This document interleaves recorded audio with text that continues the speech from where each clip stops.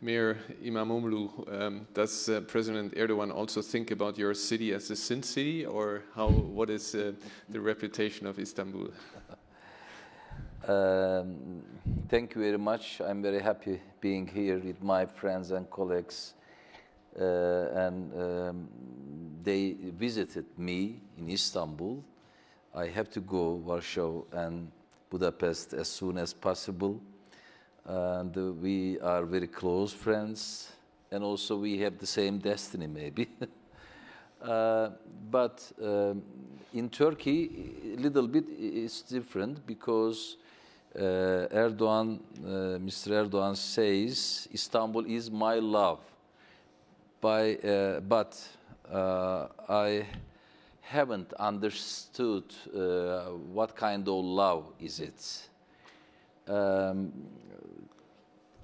Actually, this meaningful meeting in Munich, as you said, shaped on unfortunately, there is some conflict between Ukraine and Russia, but life is going on, and we have to feel each other, and we have to work the common values in our cities and in our countries. And I would also like to bring the greetings of the people of Istanbul. When I say people of Istanbul, I want to explain it because a lot of greetings. Why? According to official figures, the population is 16 million.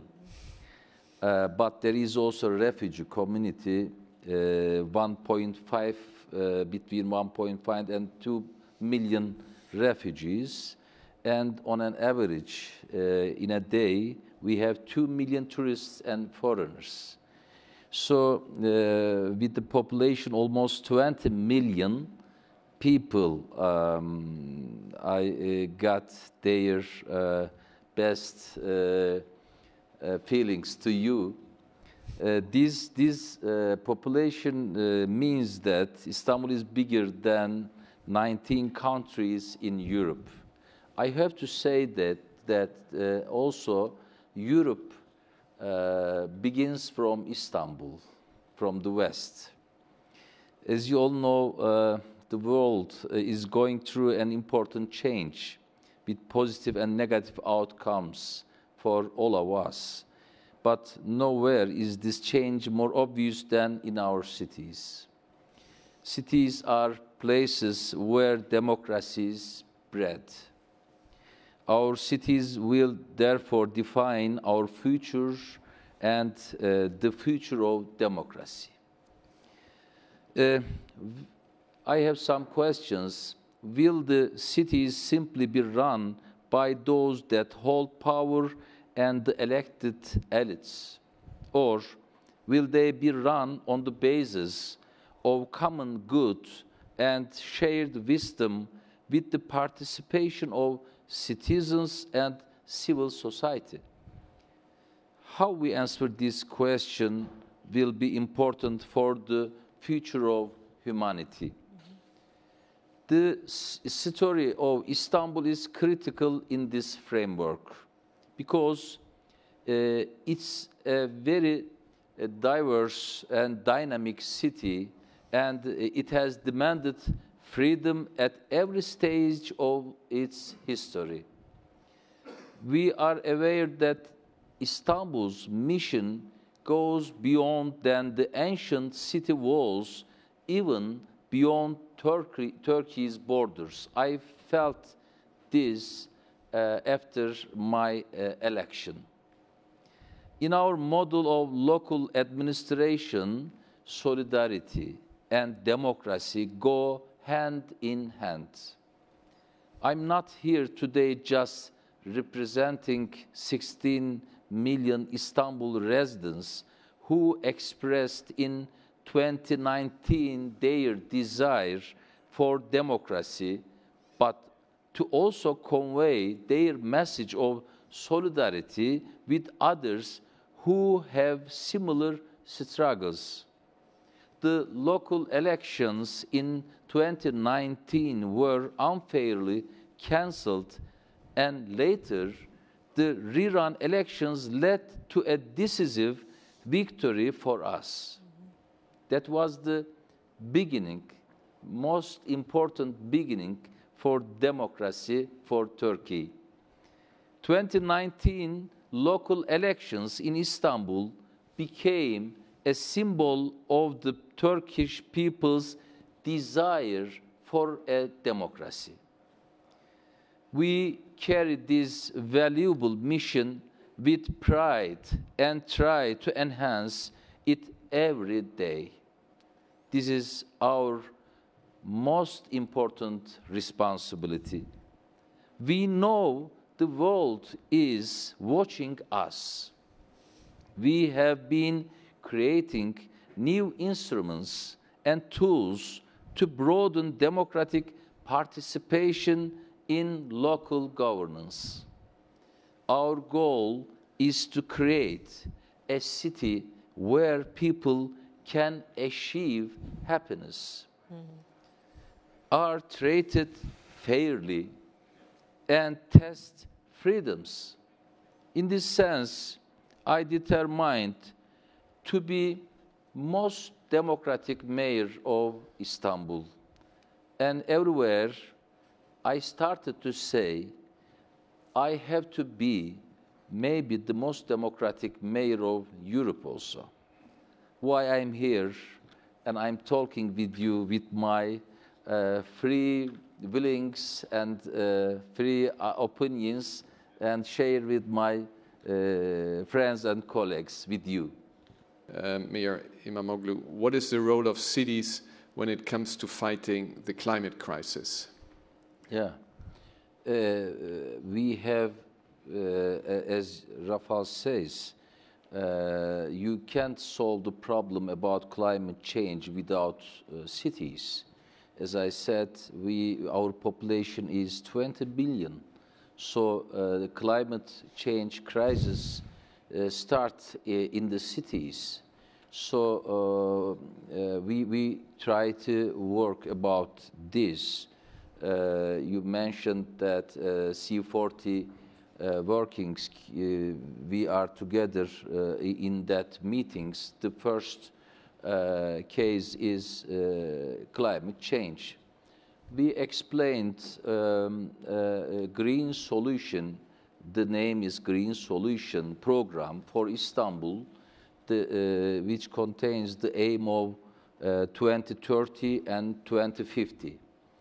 And of course, we need some financing models to solve some problems and to see our future aims about climate change. And also, we had a Istanbul Planning Agency, and which is the most popular agency in Istanbul now, and we are working in that agency with academicians, universities, and some institutions around the world, and we are working our some projects in our city. For example, about transportation, we have 10 metro lines on construction now. 10 metro lines on construction now, and we are preparing 2 more metro lines start to construct for next year. All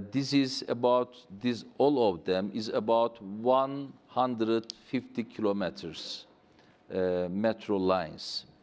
And also another projects I can say, they are the same with other cities, but the main problem is, unfortunately, we can't work together with central government. We try to make some magical link between central government. We don't listen sometimes their voices, bad voices, but we try to make a link with them. But the main problem is also what Rafael said. Unfortunately, we couldn't have direct financing model with some financing companies or, for example, EBRD or different institutions, how we can work directly with our projects. They are feasible projects. We don't need any finance outside. We can solve all problems, but we want to make relation on a table directly to the financial institutions from Europe, all around the world. And also this helps us for democracy also, because if we are successful, democracy will win, because we had a victory against the central government, which is the voice of cities, residents, people. So if the world looks us like this, this will help climate change, digitalizations, or the other problems. We solve all of them, but the most important thing is feel us, work together, and solve the problems together with the world or with the Europe. Can I add infrastructure? It's amazing what has happened to your country. What of you, of course, if you do infrastructure, if you do, if you do digitalization, broadband to the whole country, then you can have, you can enlighten also people. They don't need to come to the city to get, good jobs with digitalization, to get a good education. You can also stay outside. So this is also a method, probably difficult for cities to do, but to bring, enlightenment to the question to you.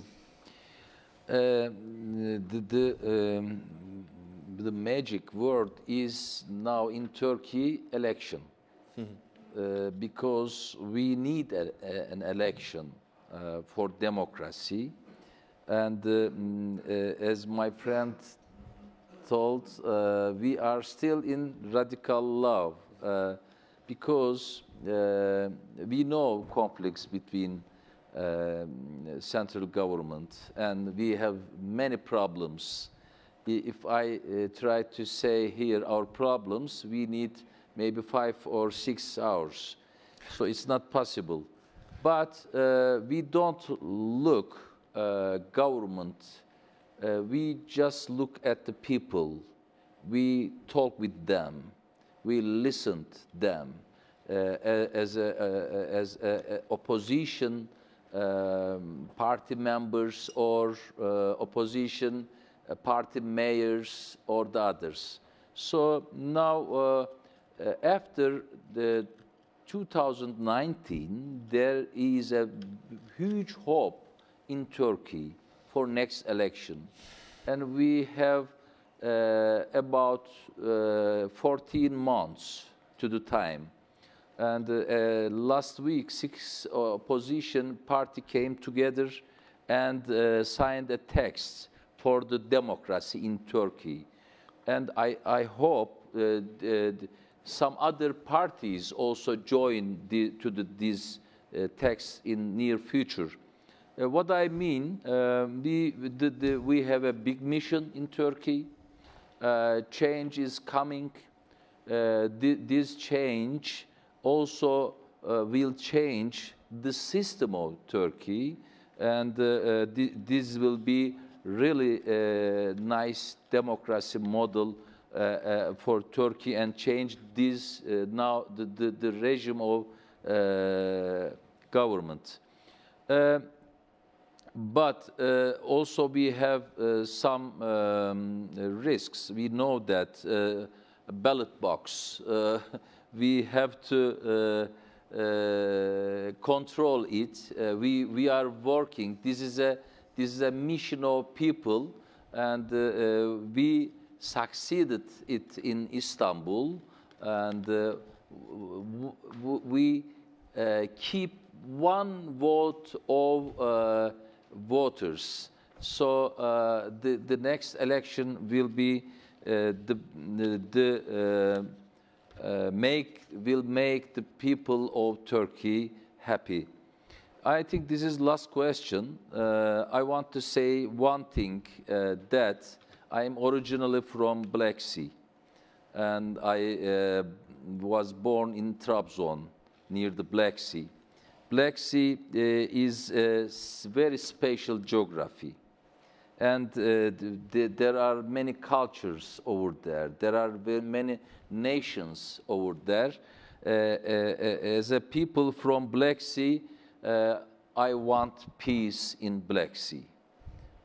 So I want more dialogue between Ukraine and Russia, and also NATO and Russia, and also Europe and Russia. So I want to say that we need peace in that geography in the 21st century, especially in the European geography. It can't be a war in this geography. I hope it will be the peace in the geography. Istanbul is ready. Our government and also offered a meeting in Istanbul or another city. I don't know. They have to come together, and they have to find a solution. They have to find a way of peace. Yes, I think this is a good final word. I think everybody around here supports what you said. We want peace, around the Black Sea. We want peace between Ukraine and Russia. I want, because these are, mayors from European Union, so I don't, especially talk to you especially. I would like to thank you for participating, but I also want to thank you on something bilateral. I know that you have been very engaged in Turkish-German relations. I know that we have been celebrating last year 60 years of Turkish immigration in Germany, and you also attended, a lot of exhibitions about this, and you talked about Russia and Ukraine. I can only say, living in Berlin, where we have a very strong Turkish immigration, we have it in Germany. What has developed over time is something fantastic for our country, for your country, and this is how it can work together. And this is what we hope that will happen also between Ukraine and now. I learned a lot about the sin cities and the love cities and the total war, the all-out war with the government, everything. But what we all agree upon is, and thank you for highlighting this, the importance of cities to solve the major global problems that we are facing, climate change, but also democracy, the role of minorities, integration, and that we keep the trust of our people. So thank you all for coming here. It was really appreciated, and those here, I mean, there are many watching. I would like you all to give a